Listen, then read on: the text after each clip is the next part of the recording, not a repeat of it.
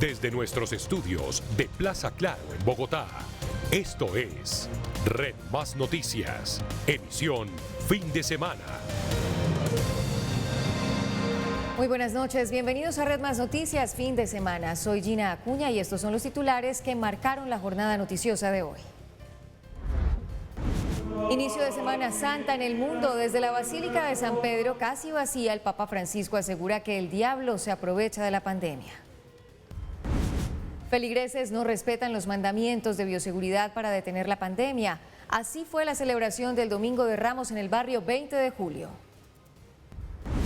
Se veía venir, confirman los primeros 4 casos de COVID en los albergues que atienden a los migrantes venezolanos en Arauquita. Gobierno local se declara en emergencia. Y en los deportes, las grandes selecciones europeas ganaron en la fecha de eliminatorias rumbo a Qatar 2022. España sufrió sobre el final y en el Panamericano de tiro con arco, Colombia barrió en el medallero gracias a las 6 medallas de oro.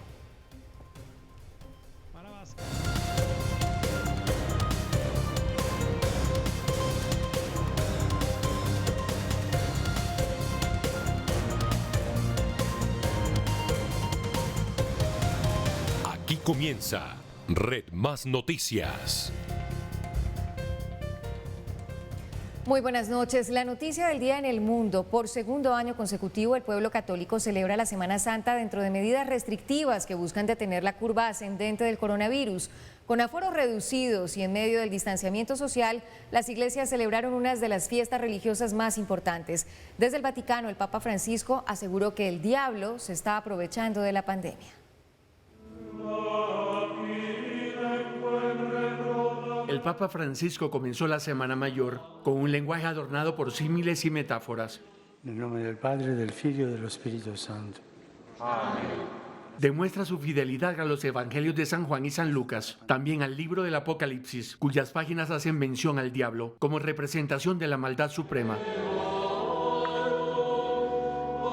En este inicio de semana, desde un Vaticano frío y casi desolado, se advierte que Lucifer ha perpetuado su rol antagónico.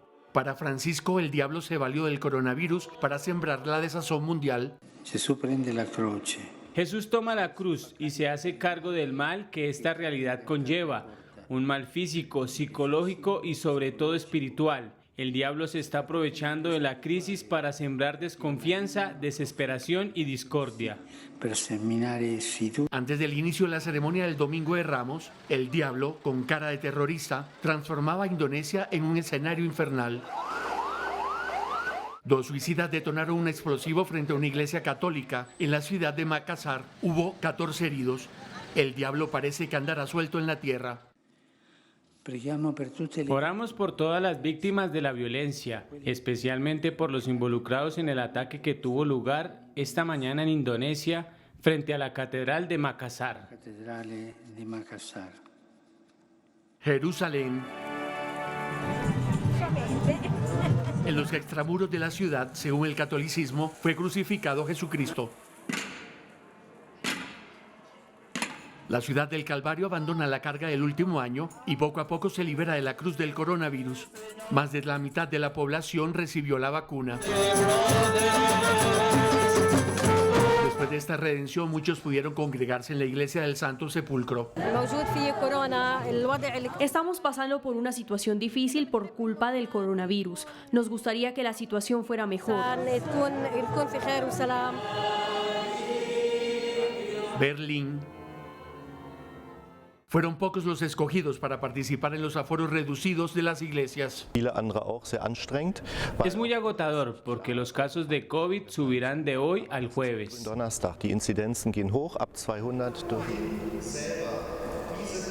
El tapabocas y el distanciamiento social son parte de los nuevos mandamientos contra el diablo del coronavirus. En la celebración del Viernes Santo, la imagen de Berlín se repite en Monserrate de Bogotá. Palabra del Señor. En Popayán y Mompox, ejes de la celebración de la Semana Santa, se cancelaron las procesiones y cultos multitudinarios. El diablo, como dijo el Papa, se aprovecha del coronavirus. En redes sociales circularon las siguientes imágenes, aquí las tenemos. Las fotografías dan cuenta de las aglomeraciones durante la tradicional celebración del Domingo de Ramos en el barrio 20 de julio de Bogotá, donde está ubicada el santuario de la Iglesia del Divino Niño. Los feligreses asistieron sin control de aforo pese a las advertencias de las autoridades religiosas de la localidad. El acto litúrgico que se realizó al aire libre hace pensar que el resto de las celebraciones de Semana Santa serán igual de multitudinarias. Y siguen llegando más migrantes venezolanos a la región fronteriza de Arauquita, donde el gobierno local confirmó 4 casos positivos de coronavirus en 3 de los albergues acondicionados para atender la emergencia.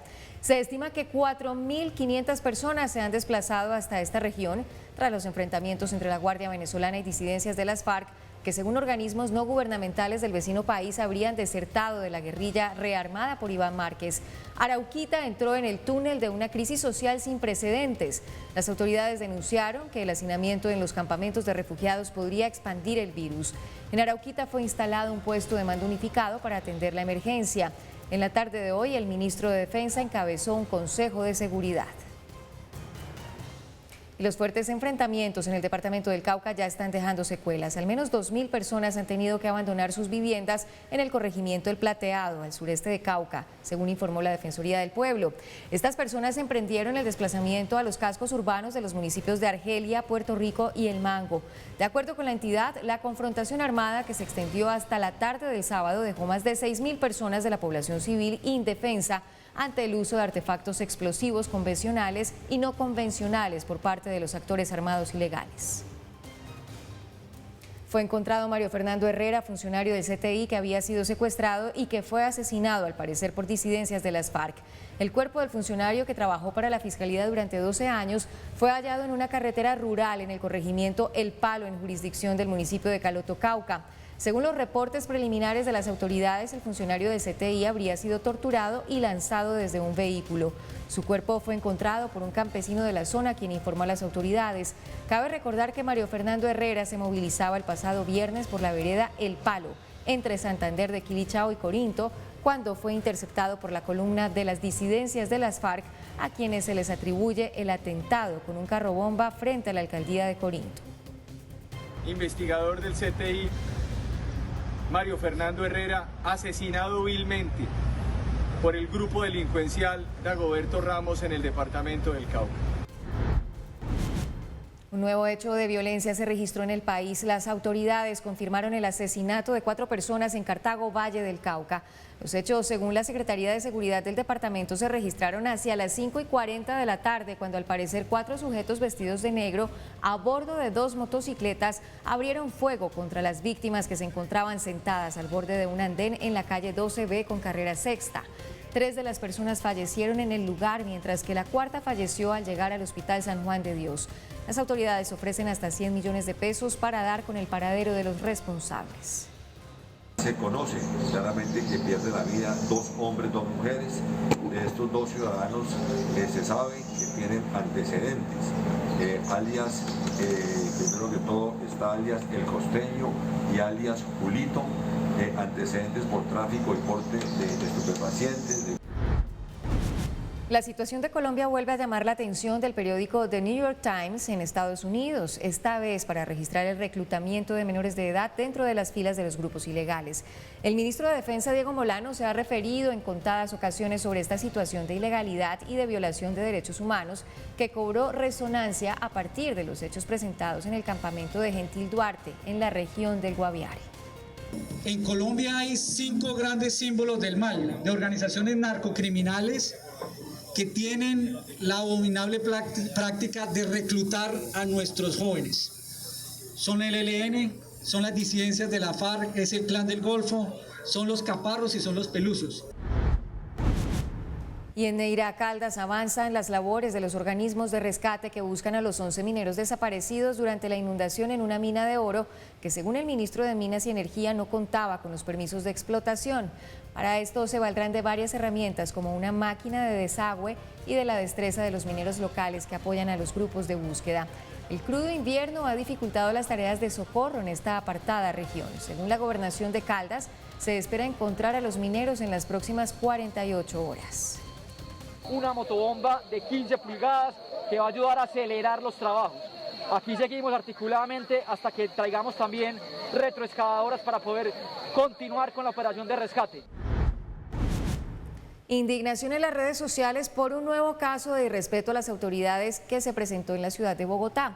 Una mujer, al parecer en estado de embriaguez, golpeó a un soldado. En la grabación se ve el momento en el que ella arremete contra el uniformado que hacía parte del cordón de seguridad del Cantón Norte, donde tras increpar a la autoridad actuó de forma violenta porque le impidieron el paso. Pese a que le pegó en la mejilla a uno de los militares, los compañeros de él evitaron tocar a la agresora para no incurrir en un acto de irrespeto.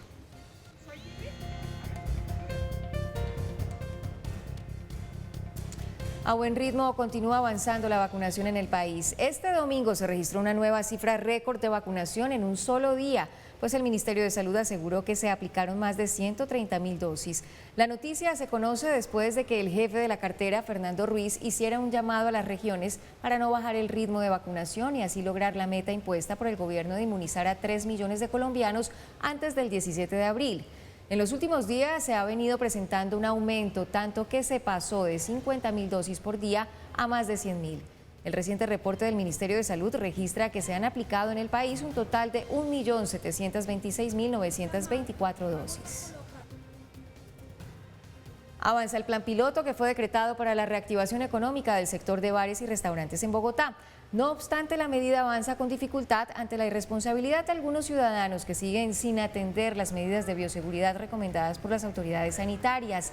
Las aglomeraciones y la presencia de gente sin tapabocas son factores que nada contribuyen a la lucha de las autoridades contra el avance del coronavirus. Las imágenes que están viendo fueron registradas por un video aficionado en la localidad de Chapinero, donde funciona una veintena de bares. Santa Marta entró en confinamiento obligado, solo que la medida no se hizo extensiva hasta las playas circunvecinas, donde los turistas se fueron de fiesta en la noche de este sábado. Esta Corona Party se realizó en el balneario de Palomino, en la zona limítrofe de los departamentos de Magdalena y Guajira, donde por lo menos 100 personas violaron las recomendaciones gubernamentales.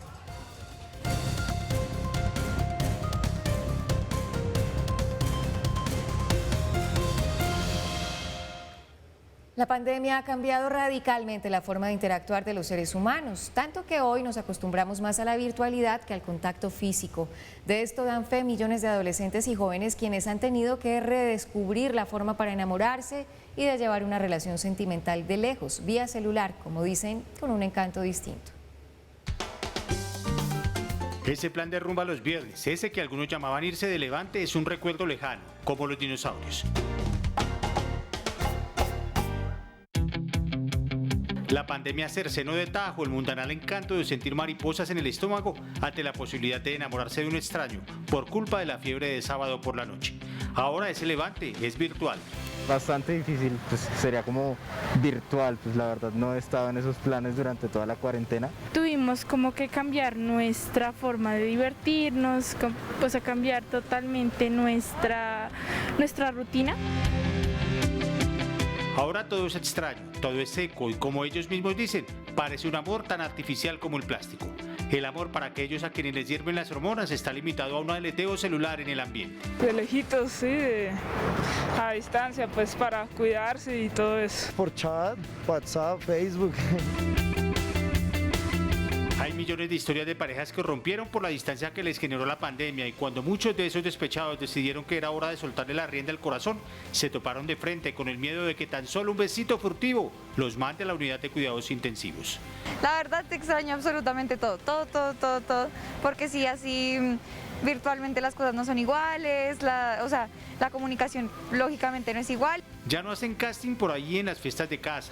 Lo que llaman la parla o la labia se ensaya en los teclados de los celulares. Ya no le roban besitos a nadie. Ya la amiga Celestina no le hace cuarto a su amistad más íntima. Ya no se puede decir mentiras porque la excusa de la mamá es la pandemia y ya no se puede salir. En medio de esa insospechada forma de amar, algunos padres respiran tranquilos porque ya no tienen que atajar a las malas a esos hijos enamoradizos. Esos que, según dicen, se les perdían cada fin de semana a buscar lo que no se les había perdido. Los tenemos más controlados, así no pueden salir, no se nos iban los viernes y los sábados. Entonces yo sí creo que ha mejorado.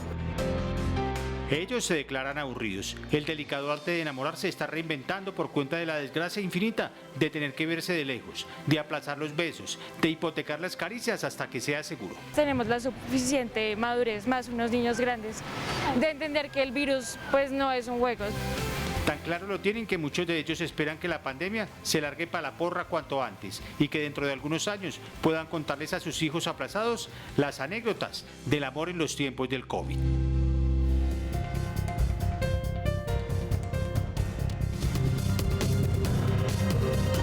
Estamos de regreso con la noticia del día en América. Vladimir Padrino López, ministro de Defensa del régimen de Nicolás Maduro, señaló que grupos irregulares actúan en los territorios fronterizos de su país con el apoyo del gobierno colombiano y agencias de inteligencia de Estados Unidos.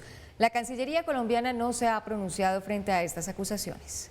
Que los precitados grupos cuentan con el patrocinio del gobierno de Colombia y de la Agencia Central de Inteligencia, razón por la cual sus incursiones en el espacio geográfico venezolano deben considerarse como una agresión auspiciada por Iván Duque, toda vez que éste les proporciona apoyo logístico financiero, creando un corredor criminal en la frontera con el asesoramiento del Comando Sur de los Estados Unidos de Norteamérica. Seguimos en Venezuela. El líder de la oposición, Juan Guaidó, dio positivo para COVID-19. El mandatario, quien cuenta con el respaldo de más de 50 naciones, permanece en aislamiento y bajo supervisión médica. La enfermedad se la detectaron después de 4 días de intensos malestares. Venezuela, por decisión de Nicolás Maduro, permanece en estricta cuarentena ante el avance de la cepa de Brasil. Mucha atención, Nicolás Maduro lanzó una angustiosa petición al proponer un inusual canje que le permitirá recibir vacunas a cambio de petróleo. Hasta aquí Red Más Noticias, fin de semana. No se pierda nuestra primera emisión del lunes a partir de las 6 de la mañana. Feliz noche, que descansen y gracias por acompañarnos.